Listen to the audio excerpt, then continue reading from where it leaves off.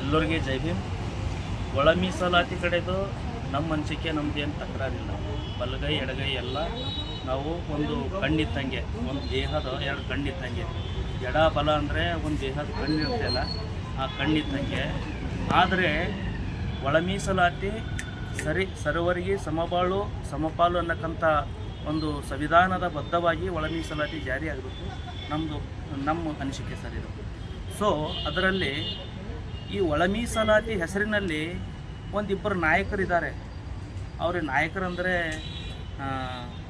ಅವರು ಇದಕ್ಕೆ ಅವ್ರೇನು ಬೆಂಗಳೂರಲ್ಲಿ ಇಬ್ಬರು ನಾಯಕರು ಬೈಟ್ನಲ್ಲಿ ಕೊಡ್ತಾರೆ, ರಕ್ತಪಾತ ಹರಿಸ್ತೀವಿ ಅಂತಾರೆ. ಆಮೇಲೆ ನಮ್ಮ ಸಮುದಾಯದ ನಾಯಕರ ಮೂಗರು ಬಲಗೈ ಸಮುದಾಯದ ನಾಯಕರುಗಳನ್ನು ಗುರಿ ಇಟ್ಕೊಂಡು ಇವತ್ತು ಮಾತಾಡ್ತಾ ಇದ್ದಾರೆ ಬೆಂಗಳೂರಲ್ಲಿ. ಆ ನಿಟ್ಟಿನಲ್ಲಿ ಎಡ ಬಲ ಎರಡು ಒಂದು ದೇಹದ ಎರಡು ಕಣ್ಣಿದ್ದಂಗೆ. ಆದರೆ ಇವರು ಒಳ ಮೀಸಲಾತಿ ಹೆಸರಲ್ಲಿ ರಾಜಕೀಯ ಮಾಡ್ತಾ ಇದ್ದಾರೆ, ಒಂದು ಪಕ್ಷದ ಏಜೆಂಟ್ ಥರ ಕೆಲಸ ಮಾಡ್ತಾ ಇದ್ದಾರೆ ಇವರು. ಅದರ ಸಲುವಾಗಿ ನಮಗೆ ಒಳ ಮೀಸಲಾತಿ ಬಗ್ಗೆದಾಗ ನಮಗೆ ಏನು ಅಭ್ಯಂತರ ಇಲ್ಲ. ಸರ್ವರಿಗೂ ಸಮಬಾಳು ಸರ್ವರಿಗೆ ಸಮಪಾಲು ಅನ್ನಕ್ಕಂಥ ನಿಟ್ಟಿನಲ್ಲಿ ಡಾಕ್ಟರ್ ಬಾಬಾ ಸಾಹೇಬ್ ಅಂಬೇಡ್ಕರ್ ಅವರ ಪಟ್ಟಿರ್ತಕ್ಕಂಥ ಸಂವಿಧಾನದಲ್ಲಿ ಏನು ಇಚ್ಛೆ ಏನು ಇದು ಮಾಡಬೇಕು ಅದು ಸರ್ಕಾರ ಕಟ್ಟುನಿಟ್ಟಾಗಿ ಬದ್ಧವಾಗಿ ಮೀಸಲಾತಿಯನ್ನು ಜಾರಿ ಮಾಡುತ್ತೆ. ಆದರೆ ನಮ್ಮ ತೊಡೆಗಳು ಗಟ್ಟಿಯಾಗಿದ್ದಾವೆ, ನೀವು ಎಲೆಕ್ಷನ್ ಹ್ಯಾಂಗೆ ಗೆಲ್ಲಿತರು ಅಂತ ಹೇಳಿ ಭಾಸ್ಕರ್ ಪ್ರಸಾದ್ ಆಮೇಲೆ ಅರುಣ್ ಕುಮಾರ್ ಅಂತ ಹೇಳ್ತಾರಲ್ಲ, ಅಂಥ ನಾಯಕರಿಗೆ ಯಾಕೆ ನಿಮ್ಮ ನಾಯಕರು ಇಲ್ವಾ? ಮುನಿಯಪ್ಪ ಇಲ್ವಾ? ತಿಮ್ಮಾಪುರ್ ಇಲ್ವಾ? ಆಮೇಲೆ ಕೆ ಜಾರ್ಜ್ ಇಲ್ವಾ? ಅವ್ರು ಹೆಂಗೆ ಗೆಲ್ತಾರೆ ಬಲಗೈ ಓಟ್ ಇಲ್ದೇನೆ? ಅವ್ರು ಹೆಂಗೆ ಗೆಲ್ತಾರೆ ಅನ್ನಕ್ಕಂಥದ್ದು ನಾವೇನು ಬಳಿ ಕಟ್ಕೊಂಡು ಕುಂತಿಲ್ಲ. ರಕ್ತಪಾತ ಹರಿತೇವೆ ಅಂತ ಹೇಳ್ತಾರೆ. ಯಾರಿಗೆ ರಕ್ತಪಾತ ಹರಿತಾರೆ ಅಂತಾರೆ ಅವರು?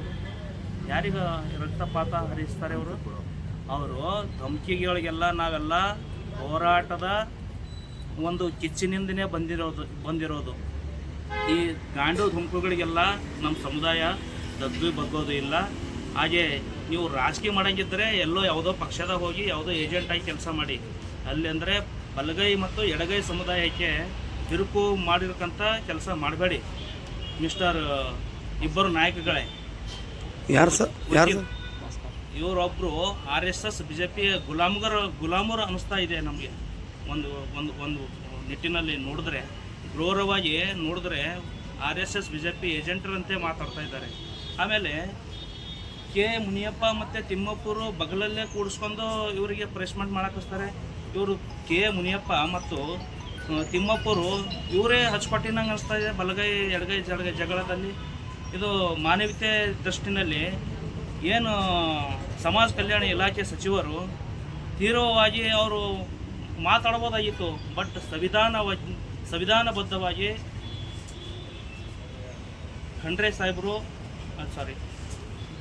ಖರ್ಗೆ ಸಾಹೇಬರು, ಆಮೇಲೆ ಜಿ ಪರಮೇಶ್ವರ್ ಸಾಹೇಬರು, ಆಮೇಲೆ SC ಮಹದೇವಪ್ಪ ಅವರು ಭಾಳ ಕಟ್ಟುನಿಟ್ಟಾಗಿ ಈ ಒಂದು ಸಂವಿಧಾನಬದ್ಧವಾಗಿ ಮೀಸಲಾತಿ ಜಾರಿಯಾಗುತ್ತೆ, ಎಲ್ಲರಿಗೂ ಸಮಾನವಾಗಿ ಮೀಸಲಾತಿಯನ್ನು ಹಂಚಿಕೊಳ್ಳುತ್ತೆ ಅಂತ ಅನ್ಕಂಥ ಮಾತನ್ನು ಈ ಸಂದರ್ಭದಲ್ಲಿ ಹೇಳಕ್ಕೆ ಇಷ್ಟಪಡ್ತೇನೆ. ನನ್ನ ಹೆಸರು ಅಮೃತ್ ಮುತ್ತಂಗಿಕರ್. ನಾನೊಬ್ಬ ಸಮಾಜ ಸೇವಕ.